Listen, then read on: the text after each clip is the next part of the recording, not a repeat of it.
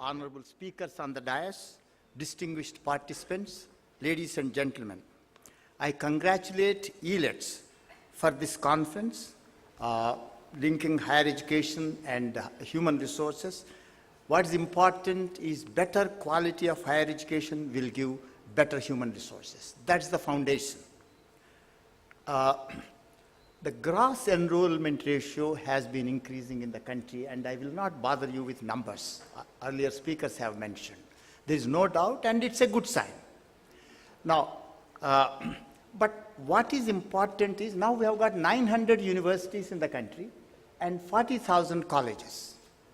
And the colleges are in public sector, private sector, deemed to be universities, private deemed universities, public deemed universities, and central universities and state universities. The greatest challenge of all these, whether you are in private college or government college, central or state, deemed or non-deemed, concern is the same for all the institutions. The subjects are the same. You see, so concern is how to enhance the quality of education so that the students get placements even before they complete the degree. Quality of education is even more important than placements, but placements is incidental, and you should aim at 95%, 100% placements. Even the government of India has recently introduced the concepts of, every one of you may be knowing, institutes of eminence.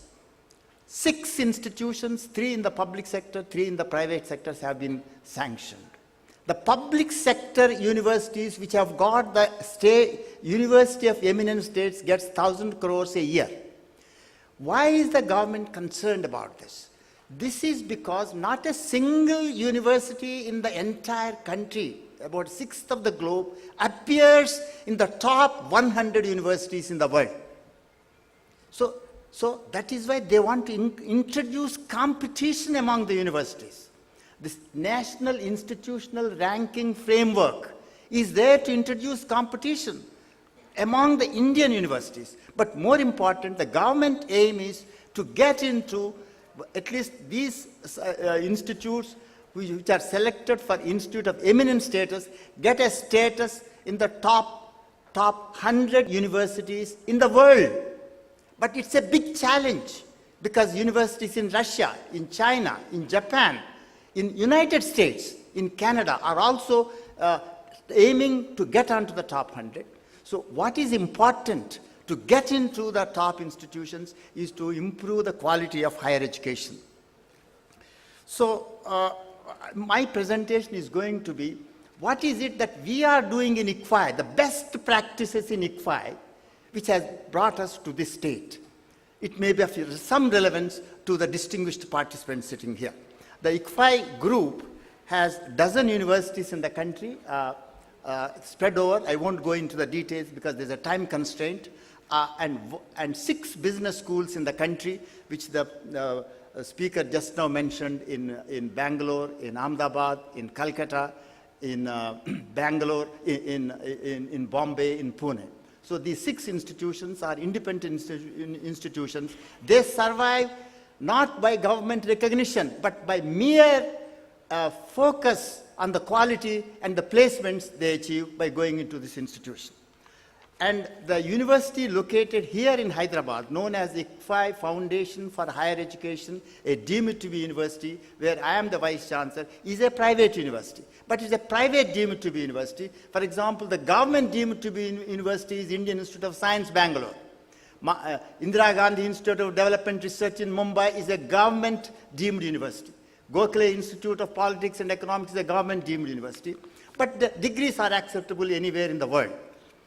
What is the vision? The vision of the university is to emerge as an institution of excellence, teaching, research, and practice. These 3 things are important for any institution. Teaching, research, and practice. A better teaching experience helps to be a better researcher.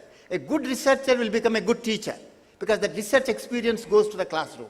And then experience of working with the government or working with industry or working as taking up consultancy projects in industry will help the teacher, better teacher, when he goes to the classroom. Now, the profile of the university, it has got PhD programs in management, science and technology, law, School of Architecture. I won't go into the details, but just to be very brief, the PhD program is so rigorous, is a mix of the American and Indian approaches to that.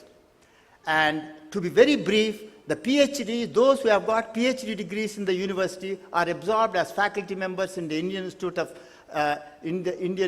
of Science and Indian Institute of Management. Yeah, now the profile is coming, the screen, the computer is working, it's fine. So these are the profile of the university. Can you go to the next slide? This is the Chancellor, Professor Rangarajan. We are very privileged to have a very, very distinguished economist of international repute as the Chancellor. Next. What are the achievements? Achievements are 1,090. Publications are very important, as everyone knows sitting here. And number two is quality of publications is even more important. And journals, the university publishes 8 journals which are accepted by the UGC. And for Case Center, this university is known for Case Center, which has produced 625 cases, and 55 case studies have been published in textbooks by internationally renowned publishers. And 69 awards in UK, US, China, Switzerland, and Canada. Next.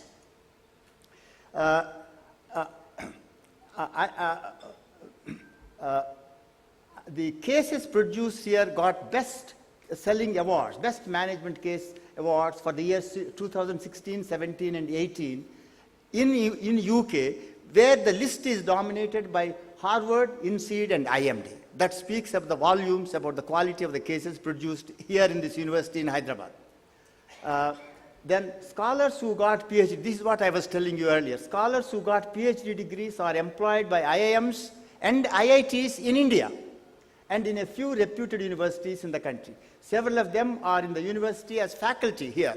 Well, Professor Narasimha Reddy, in his concluding remarks, mentioned what is important is not the land, whether you have got 1,000 acres or 500 acres, but he focused on the most important point, faculty. So we spend a lot of time, and I'm going to come back to that point later, but those who got PhD degrees here in this university are absorbed in IIMs or IITs, and several of them are here. We want to take them back. You see, and they join the faculty, they have contributed to getting A+ grade of the university, category 2 status by the UGC of this university. Next. Now, I want to be brief because there's a time constraint. I want to focus on what are the best practices of this university. Number one, socially relevant curriculum. The curriculum you design, it should be socially relevant and not confined only to the theories and definitions and concepts. It must explain to the student what is happening here. For example, Dr. Ashok said Telangana has got a very good status, number 1 status in the ease of doing business. Why is it has gotten that status? That should be analyzed in the classroom. Why is it that the rupee is falling? That the real world has to be brought into the classroom almost every day. That makes it interesting. Students get motivated. And we have case approach, and the cases developed here in this university are used in INSEAD, Columbia University in New York, California in Berkeley, Johns Hopkins, Indian School of Business, which is very close from here, London Business School, Oxford, Cambridge, HEC Montreal, SDA Berkeley. Soft skills and life skills. These are extremely important to get placements. We provide training to the students in the classroom. From day one, the focus is on placements. Soft skills are taught as a part of the course, compulsory courses in first semester, second, third, and fourth semester. Summer internship program. This is very crucial. Students work in a company during the summer breaks. 13 weeks for MBA. Similarly, 4 weeks, 8 weeks for BBA and for law and engineering. And that hands-on experience students get by working in a company, and when they come back to the college, they are better equipped to understand the courses in the second and third years. Then student clubs. There are several student clubs which help the students. They are for the students, of the students, and by the students. They help the students to learn team spirit, hands-on experience of learning team spirit and leadership qualities. The next, mentor-mentee program. PhD program, as I mentioned, it's a integration of the American and Indian approaches. There is a rigorous coursework, qualifying examination, and seminars every semester that helps them produce better quality thesis. That's very, very important. Faculty development. How do you develop the faculty? Everybody, every institution, every member sitting here wants his institution to have excellent faculty. But my question is, how do you get this faculty? Now, that faculty, we hire where there is you can't get ready-made excellent faculty. It is extreme short supply. What we do is, when there is a spark in a person, we hire them. And then have seminars every week. Faculty have to present seminars every week. 11 o'clock on Friday morning, 11 o'clock, if you come to the university, there are all seminars, whether it is mechanical engineering or constitutional law or marketing, finance, HR or economics. All faculty have to present seminars. Every week there is a seminar, not just by the faculty, by the visiting faculty. Someone who is visiting India, we take the opportunity of inviting him to the college and let him present a seminar. And they are rigorous, intensive seminars, not just formalities, not just rituals.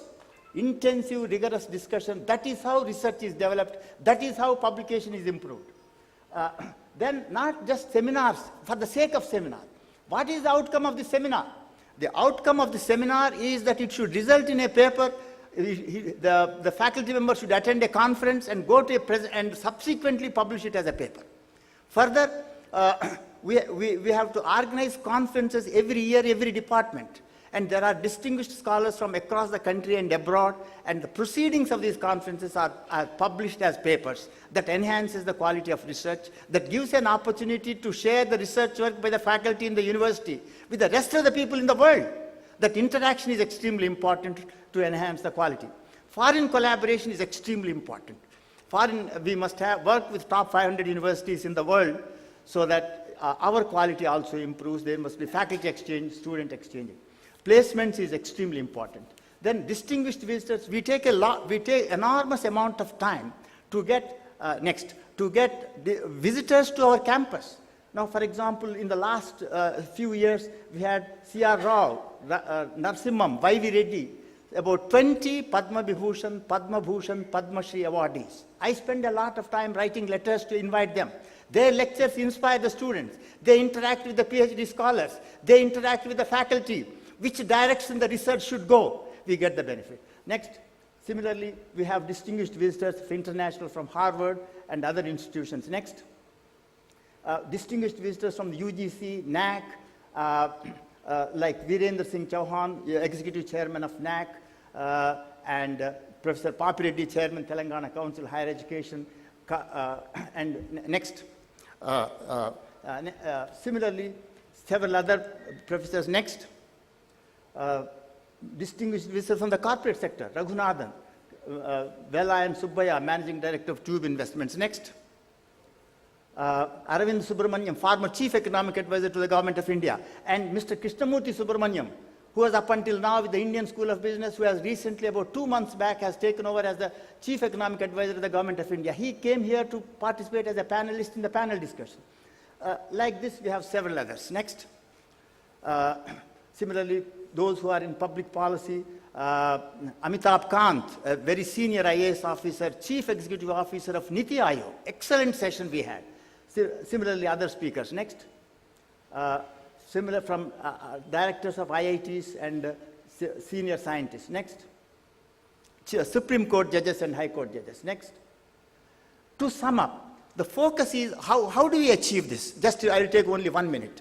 To focus is on results and not procedures. But we have some minimal procedures. Procedures are there. We have procedures, but minimal time on procedures. Then decisions are faster. Zero tolerance for any cancellation of class. Whatever you have, you may go to a seminar, but not at the cost of cancellation of the class. No cancellation of classes. Evaluation of performance of teachers based on research, teaching, and institutional development or consultancy. 50, 30, 20 proportion. Excellent infrastructure. The best practices have contributed A+ grade and a category 2 autonomous status. Next. So next. Now, what's the future as we move forward? Just 1 more minute. Establishment of centers of excellence where the research in selected areas should be known in the country. What is ICFAI University known? Yes, it is known for financial economics. It is known for banking research. Some areas you identify and do focus research on that. This is another topic which I was talking to Amala during the establishment of the Center for Innovation, Entrepreneurship, and Incubation. Innovation must get into the culture of the students in every class, in administration, in teaching and research. Entrepreneurship and incubation.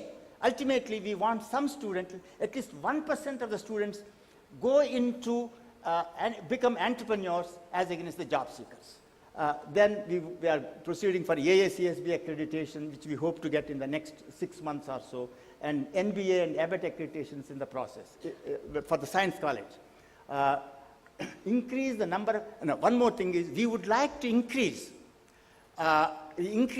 through better quality, to increase the number of applications which we receive for admission, because this increased number is going to enhance the quality of the raw material and which will help us further increase the quality of the output. So thank you very much for the opportunity. Thank you.